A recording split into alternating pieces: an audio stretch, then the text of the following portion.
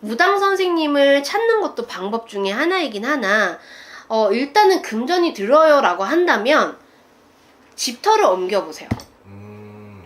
그 해에 맞는 방향이 삼살방이라고 매년 달라져요. 네. 그거를 확인해서 집터 방향을 한번 움직여보세요.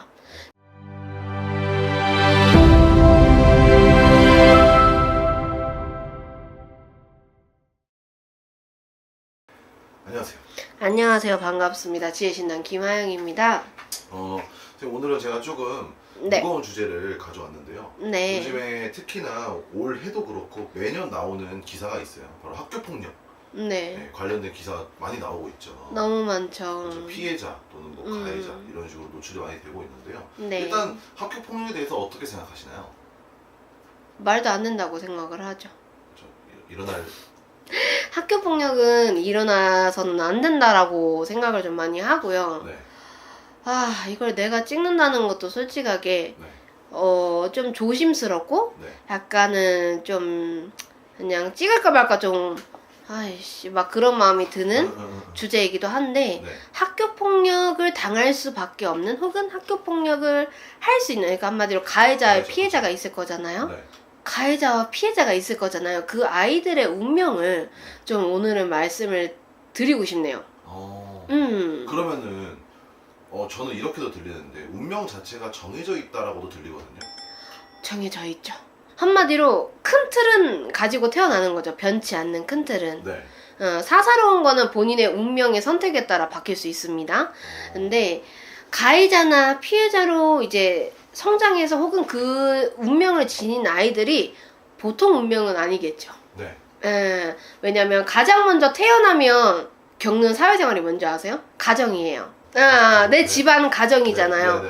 가정의 환경이 괜찮음에도 불구하고 그 운명을 겪는 아이들은 네. 첫째, 단명살이 있거나 둘째, 인살이 있거나 네. 그리고 이 모든 게 총체적 난국이 됐을 때 네. 그런 운명으로 많이 거듭나요. 그럼 여러 가지 방금 말씀하신 이 살들이 있으면은 어떻게 보면 그 학교폭력과 연관이 될 수도 있다. 맞아요. 왜냐면 집단 사회라는 공동체잖아요. 네. 그래서 학교 생활은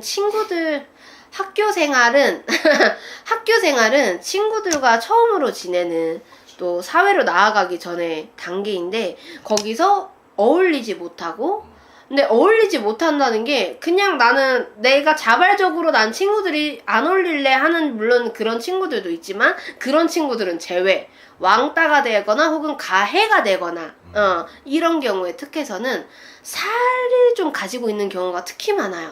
그리고 플러스 이런 경우가 있었어요. 집안에 벌전이 내려오는 경우, 이 아이가 삼재가 들어오거나 혹은 명이 짧은 아이인데 도화살이라는 건 있어요. 근데 이 도화살이, 여러분, 요즘 여성분들 나 도화살 입고 싶어요. 저 도화살 없어요 선생님, 이런 거 진짜 질문 많이 하시는데, 도화살이 막상 좋은 게 아닐 수도 있어요 여러분, 사람에 따라서. 그래서 도화살이 있기는 하나 이게 좋지 않은 도화살로 인하여 사람에게 약간 구박받고 핍박받고 약간 울어야 되고, 사람은 꼬이는데 이상한 사람들만 꼬이고, 그런데 산소를 건드린겨 죽여버려. 그래서 산소 건드린 다음에 어때요? 이 집안이 어째저째, 이 아이가 학교폭력 피해자가 되거나 가해자가 되거나, 그러면 어떻게 되냐면 엄마 저 학교 가기 싫어요, 혹은 우울증 앓는 아이들이 정말 많아요. 살고 싶지 않아요.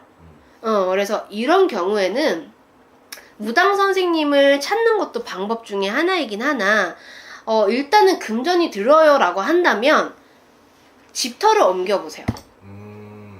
그 해에 맞는 방향이 삼살방이라고 매년 달라져요. 네. 그거를 확인해서 집터 방향을 한번 움직여보세요.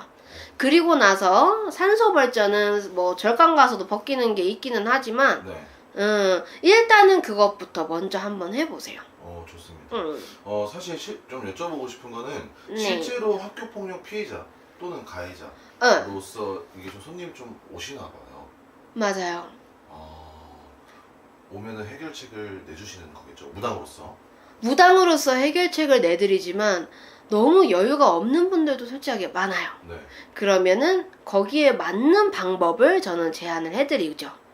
예를 들면 아이가 자는 방에 뭐 귀신이 있어, 아니면은 이 아이가 한마디로 그런 경우도 있었어요. 제 수양 아들이에요. 네.